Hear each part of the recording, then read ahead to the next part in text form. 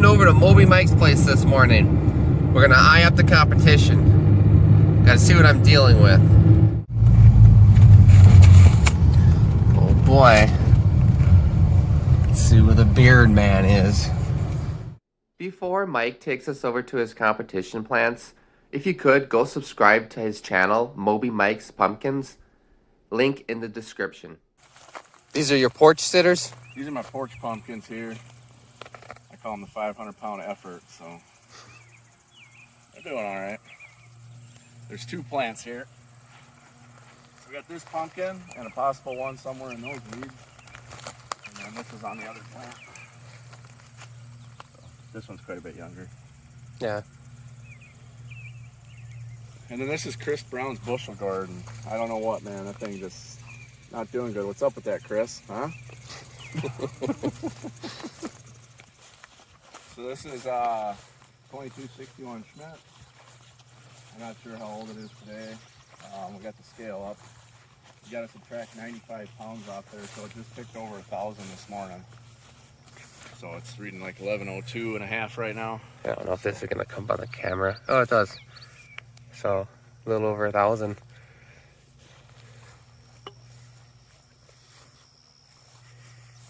So real similar shape to its mother. Kind of tall in the front, flat, big, wide. Mind if I step out here? Yeah, you're fine. I won't step on the scale. I got this gardener snake down there. Oh, yeah. Nice. Very So nice. yeah, I had a little, well, this one's got a little brown spot on my other one I cleaned up this morning. So this one's looking pretty good. Just a little. You have a little leak down here? Yeah. I get those all the time. It wasn't too bad. Yeah. Like it was more kind of surface. I just kind of scraped it off, put a fan on it. Same with that one. It was more like, usually I cut these leaves off the main by now, but they were looking pretty good yet. But that one had just kind of twisted on it and kind of cracked it a little bit. But this, depending on how your plant lays down and vine twists and stuff, like see all my leaves are on top of my secondaries, and sometimes the secondary comes out there. It's like they're not impossible to cut off, but you gotta be very careful that you don't like slice into the my 1885 last year, I probably had like at least 7 leaking spots like that on my main. Yeah. I had fans set up on all of them. They dried out eventually. Yeah. So yeah, nothing was actually leaking. They just looked kind of orange and crappy. Yeah. So yeah. And then your stump is, because these are tapered back. It's kind of like where the extension cords are right there, right? Yeah, they think yep. So maybe like, would you say 15 feet? 16 I think it's feet? like 10 to 12. Is it? Okay. Where those vines end at. Okay. So then obviously as each vine comes forward, it loops around and progressively gets longer. So. Yeah. Nice. So all this growth you're seeing here, this is all tertiaries off of a secondary, and that secondary goes all the way around. So that thing's like 30 some feet long, and these tertiaries are all there. So there's a lot of plant right close to the pumpkin. That's how I'm going to be doing mine from now on. It makes a lot of sense to do it this way. Pretty much the same thing here. I kind of ran out of room. So that's actually, that far vine there is actually the secondary that's right at the pumpkin, and then these are all tertiaries off it. But the secondary behind that does make it all the way back, and then there is some growth off of that. So like these first couple secondaries right at the pumpkin have a lot of growth and a lot of growth close to it. So I don't know if I give up a little early growth and then gain it later, but. Your plant's definitely big. How many square feet you think? I think they end up like, it calculates out to like 1,200, but you're missing almost 80 something right here, and I always leave this open on all of them, so yeah, probably a good 1,100. Why do you trench this out like this right here? Is that just... That's for my vine bearing. Okay, you pull the dirt from there. Yeah, I till it, I pull the dirt from there, and then I put it on there because I don't use walking boards too often, and I try not to till during season. This plant I have been on because the weed's been going crazy, but you know, so I don't really have a lot of loose dirt to put on the vine, so I just kind of make it, and then I got to kind of fill it back in later. So this plant, or this pumpkin, is really sweating a lot, so it's really sticky. So I haven't pulled the sheet off this morning, so you can see that. Let's see.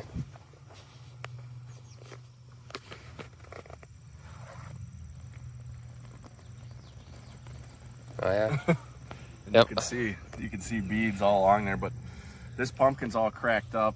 It got a little dirty on me, but this pumpkin looks like it's 100 days old. And it's not even close to that, so I don't really care for that, but it is what it is. Yeah, sometimes I'll have fruit like that too, where they're just aged, look old. But so yeah, it's got a pretty good dip in it here, as you can obviously see. So I think it'll be all right because I got no ring in it. If I would have a ring intersect that, definitely lose it. But I think it'll be all right. So what's this one taping then? On Sunday it was like 976, but it only averaged 30 a day for the week, which was pretty disappointing. Yeah. So it should be like what, like 10:30? What day is it today? Like 10:30 or so. And day 40. What'd you say? Day 40. Today would be like day 48. Okay. So. All right. Yeah. And this plant looks maybe a tad bit smaller than the other plant over there. Yeah. I don't have this part filled in yet. I couldn't get the secondary or tertiaries to come off the secondary here, so it like took a while for them to pop out. When this thing started growing a lot faster, it was 300 pounds up on that, and now it's like that one's gonna pass it here this week. But you know, so when it had this earlier growth, like I didn't get any vine growth, and that one kept pounding vines, so yeah, kind of flip flopping where weight's gained at. So. And it's common for you to continue to let these vines grow even as the fruit's aging. Yeah, you don't. I usually don't have a cutoff point, and usually like second week in August I'd probably stop anything. So I think it just gives you maybe a little better growth later in the year, but you might be taking away some now. Yeah. Interesting. You're quite a bit ahead of me, Mike. I'm probably, all my fruit are around 500 pounds right now, and they're not growing worth a crap. Yeah, that's what these weigh too. Yeah. Yeah, a little, you're got maybe some leaf bloat on the backside, but your leaves look generally. That's where the vines get terminated at, and where you see those big leaf bloats, you'll see. This year, normally on my plants I'll have leaf bloat like that, but this year obviously I don't have leaf bloat because I was so nitrogen deprived. But on a typical year, I'll always have leaf bloat like that in my first secondaries. So that was very common for my plants to look like that. And I don't see any squash vine borers anywhere. So you said you never really have problems with them. No, I haven't seen really any cucumber beetles, squash vine borers for probably like 2 to 3 weeks. Yeah. So and I've got some other pumpkins over there that I guess you could say are a trap plant, but I haven't seen anything on those either. Well, we're gonna mix up some fertilizer and I'm gonna show how you fertilize these guys. Oh yeah. So here he got his 250-gallon totes for mixing his fertilizers. I'm more so interested what you're gonna put in them. All right, so we're just gonna. Well, this is the mixing tank here. We got the trolling motor, so we'll go grab some fertilizer out of the shed, and we'll mix up a batch. I already pH adjusted this water, so we won't probably check it today. So. Yeah. And then I don't know about you, but like when I pH my water, it's always the same. Yeah. So eventually I stop. Yeah, I put the same amount of pH down in it or up, whatever it may be. And I kind of have my own batches I make of fertilizer. Like if I make up a potassium batch, I know what I'm adding for pH down. I don't necessarily need to pH it anymore. So today is 4/18/38 day. So I'll feed 1 cup for 2 plants. That's a feed. Another feed would be 0029, 16 ounces for both plants. And a lot of times when I feed that, I'll feed it with this fish that's 4,4, basically 0 or whatever. So it's got a little potassium and phosphorus. This I don't feed right now. This is just calcium nitrate with boron, just a liquid form. That's early stages. So how often are you fertilizing? Pretty much every watering, but I backed down a little bit because I thought my EC, my soil was getting a little high. Yeah. So, and then we had some rain, so I should be good now. But pretty much every watering doing something. Then my other feed is, well, it's seaweed and humic mixed together. So this is actually pre-mixed. It's 5 parts humic to 2 parts seaweed, and then I do a cup of that for each plant. So How often are you foliar spraying your plants? So you get your backpack sprayer here. with fertilizer, Yeah, basically never. Never? Just insecticides and fungicides. I did foliar this once this year. That was really to make a video, but I like to drench this TKO. Yeah. And this is, in my mind, a fungicide because this 29% phosphorus. It's actually phosphate. The plant doesn't, or phosphite. The plant doesn't use it like phosphate, but you still get the 26 potassium. So it's kind of a feed and a fungicide. So Yeah, if you were to order that now from Growth Product, they don't even show the NPK on it. They say it's a fungicide. Right. So you do get some potassium, but I use it as a fungicide. So this would be like a feed too. Like I wouldn't feed fertilizer the day I fed this. And this is quite a bit. This is 32 ounces for both plants. And then you check the parts per million in your tank, and it's getting up there to like 1,000. But my water starts at like 400. So like this would be like the strongest feed I would do. And like I said, that's 4 fungicides. So that would be not necessarily once a week, probably every 2 weeks I do that. So I just did this yesterday. So you're going to be fertilizing right now. Normally, I wouldn't fertilize at like right now. It's like 10. Well, what time is it? 10:30. Yeah. Is this kind of late in the day for you to fertilize? Are you normally fertilizing early in the morning? No, because I get off work at 10 a.m. So then I'd go out there, check everything, mix everything up, and this would be about the exact same time I'd water. Okay, gotcha. So get one of these guys, Pampered Chef. You can do liquids and solids, measure out, get her to a cup. Now if it stays up.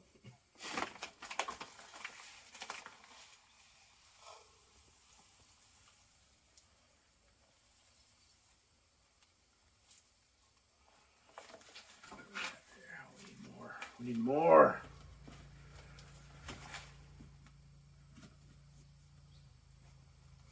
Cut some out. Takes Mike 3 minutes to do this fertilizer.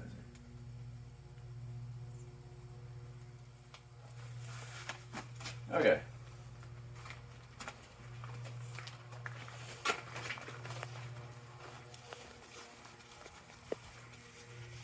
So besides the 418, 28 or 38 or whatever the heck it is, this has got all chelated micronutrients.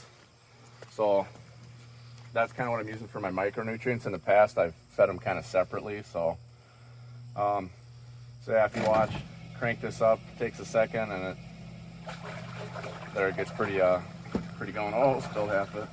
Mike's just gonna cover up his scale pumpkin before he starts his fertilizing, just to keep the water off the scale. You're gonna see he's gonna put a tarp on it, just deflecting all that water away from the scale so it doesn't get off calibration. His other fruit he just leaves uncovered. I don't have my EC meter quick, but that should be like about 100 ppms of nutrients, which isn't a lot.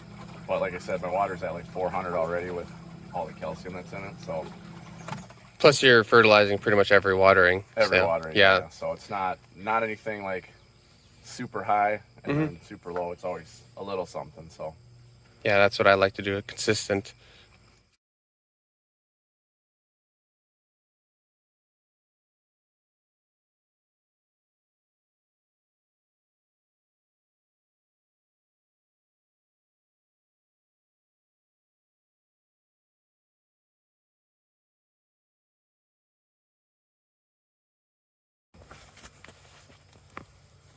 all right, so we'll just get the tote that we're going to water out of, which is this one with the nutrients. This one just has pH adjusted water. That's our rinse tank. And this is just kind of a warming tank. So when we refill, it'll siphon out of these 2 far tanks back into this one, and this one will stay until it needs to be refilled. Gotcha. Let me just shut that off.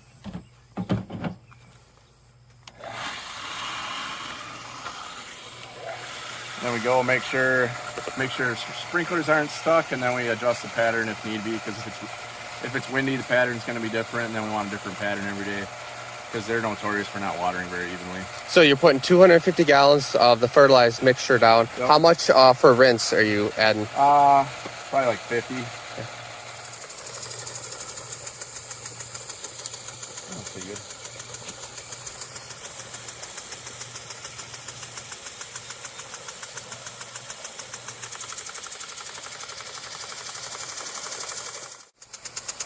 I haven't timed it.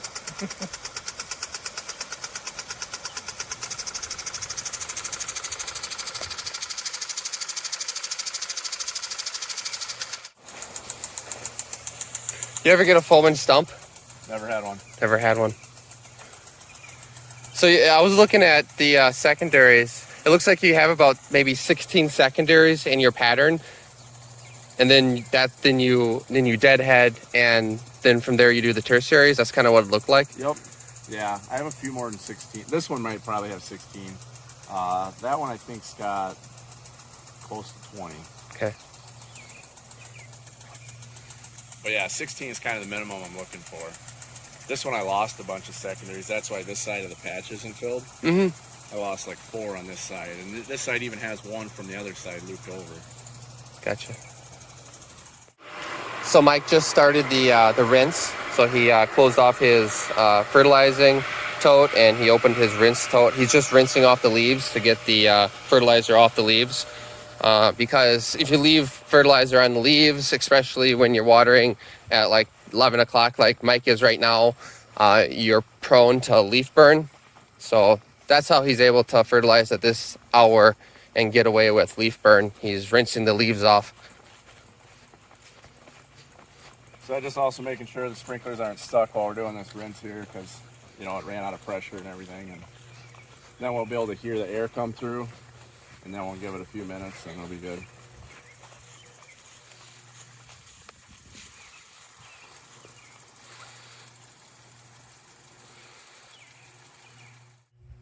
All right, thank you very much for the tour, Mike. We appreciate all the tips, and I learned a couple things, so keep them trucking, and I think we need your fruit to, otherwise I think you're going to take the win.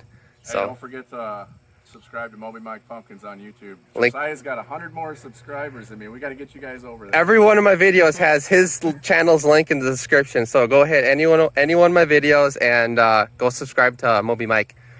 He's obviously going to grow a 2,000 pounder. See you guys.